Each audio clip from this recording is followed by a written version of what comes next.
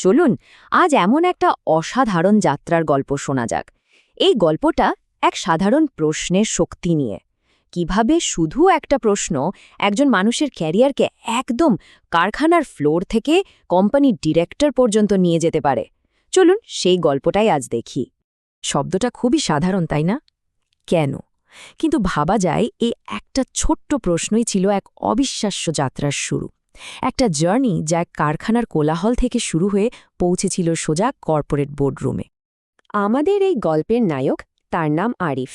পেশায় তিনি ছিলেন একজন কোয়ালিটি ইন্সপেক্টর। তার রোজগার রুটিন ছিল কারখানার ফ্লোরে ঘুরে বেড়ানো আর পণ্যের মধ্যে কোনো খুঁত বা ডিফেক্ট আছে কিনা সেটা খুঁজে বের করা। আর তার এই যাত্রার শুরুটা কিন্তু ছিল বেশ সাধারণ। একজন ইন্সপেক্টর হিসেবে তার প্রথম বেতন ছিল মাত্র 12,000 টাকা। এই সংখ্যাটা মনে রাখা দরকার, কারণ তার সাফল্যের চূড়াটা তাহলে আরও স্পষ্টভাবে বোঝা যাবে। আর এখানেই কিন্তু আরিফ সবার থেকে আলাদা ছিলেন। দেখুন, বেশিরভাগ মানুষ সমস্যাটা খুঁজে বের করেই নিজের কাজ শেষ মনে করে, কিন্তু আরিফ ওখানে থামতেন না। তিনি সবসময় জানতে চাইতেন, এই যে ডিফেক্টটা হলো, এটা কেন হলো, এর গোড়ায় কি আছে। তো এই যে তার একটা আলাদা মানসিকতা, যে শুধু সমস্যা দেখেই থেমে থাকা যাবে না, এর পেছনের কারণটা জানতে হবে, এটার ফলেই তার প্রথম কারখানায় একটা বিশাল পরিবর্তন আসে। তিনি আর শুধু ডিফেক্ট খুঁজে বের করার মানুষ রইলেন না, তিনি হয়ে উঠলেন ডিফেক্ট প্রতিরোধ করার কারিগর। আর এর ফল অবিশ্বাস্য। মাত্র 7 বছরের মধ্যে একজন সাধারণ ফ্লোর ইন্সপেক্টর থেকে তিনি এমন একটা কারখানার ম্যানেজার হয়ে উঠলেন যাকে বলা হতো জিরো ডিফেক্ট ফ্যাক্টরি, মানে যেখানে কোনো ত্রুটিই নেই। আর সাফল্যের সাথে সাথে আর কি বাড়ে? বেতন, তাই না? কোথায় শুরু করেছিলেন 12,000 টাকা দিয়ে, আর ম্যানেজার হওয়ার পর তার বেতন গিয়ে দাঁড়ালো 1.5 লক্ষ টাকায়।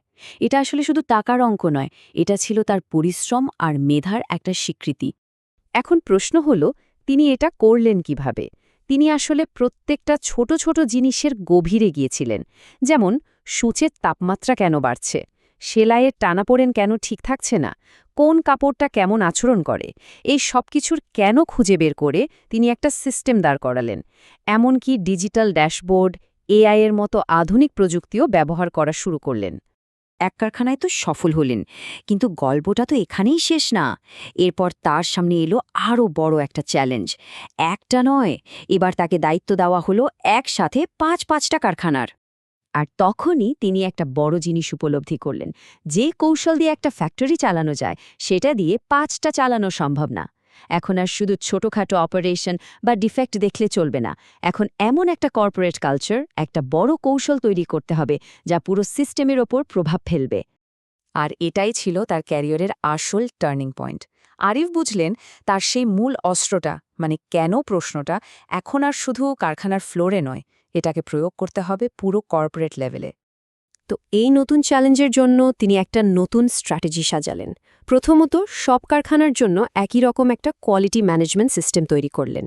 এরপর তিনি আর্থিক দিকগুলো দেখতে শুরু করলেন, মানে খারাপ কোয়ালিটির জন্য কোম্পানির কত টাকা ক্ষতি হচ্ছে, কেন হচ্ছে। আর সবশেষে আন্তর্জাতিক নিয়মকানুনগুলোকে তিনি আর বোঝা হিসেবে দেখলেন না, বরং সেগুলোকে ব্যবহার করে কোম্পানির জন্য নতুন সুযোগ তৈরি করলেন। তার কাজের ধরন যেমন বদলে গেল, তেমনি তার টুলসও উন্নত হল। যে এআই সিস্টেমটা আগে শুধু কারখানার ছোটখাটো ডিফেক্ট খুঁজে বের করত, এখন সেটাই হয়ে উঠল একটা শক্তিশালী কর্পোরেট ড্যাশবোর্ড। এই ড্যাশবোর্ড দিয়ে বড় বড় ব্যবসায়িক সিদ্ধান্ত নেওয়া হতো, এমনকি মৌসুমি ঝুঁকিগুলো আগে থেকে অনুমান করা যেত। বেশ, এই যে এত বড় একটা পরিবর্তন আনলেন তিনি, তার দৃষ্টিভঙ্গি বদলে ফেললেন। এর ফলাফল কি হলো? চলুন সেটাই দেখি। ফলাফলটা ছিল একদম চোখে পড়ার মতো। তার নতুন স্ট্র্যাটেজি এতটাই কার্যকর ছিল যে সব কারখানা মিলিয়ে পণ্যের রিজেকশন রেট, মানে প্রত্যাখ্যানের হার, প্রায় 300% কমে গিয়েছিল। ভাবা যায়? এটা কিন্তু অসাধারণ একটা সাফল্য। আর এটা শুধু 1-2 কারখানায় নয়, তার অধীনে থাকা 5টা কারখানার প্রত্যেকটাই সেই জিরো ডিফেক্ট স্ট্যান্ডার্ড অর্জন করতে পেরেছিল। তার মানে তার সিস্টেমটা শুধু সফলই ছিল না, এটা ছিল সার্বজনীনভাবে কার্যকর। আর এই অবিশ্বাস্য সাফল্যের চূড়ান্ত পুরস্কার কি ছিল? আরিফ, যিনি একদিন ফ্লোর ইন্সপেক্টর হিসেবে কাজ শুরু করেছিলেন, তিনি কোম্পানির কর্পোরেট বোর্ডে নিজের জন্য একটা জায়গা করে নিলেন। তিনি এখন কোম্পানির কোয়ালিটি ডিরেক্টর।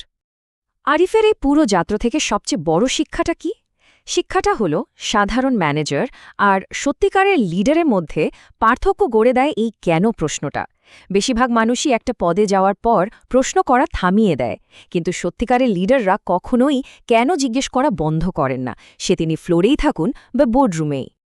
আরিফের এই গল্পটা আসলে শুধু একজনের সাফল্যের কাহিনী না, এটা যে কোনো মানুষের কেরিয়ার উন্নতির জন্য একটা দারুণ পথ দেখাতে পারে। এর মধ্যে এমন একটা নীতি লুকিয়ে আছে যা যে কেউ তার নিজের জীবনে কাজে লাগাতে পারে। তাহলে এবার একটু ভাবার পালা।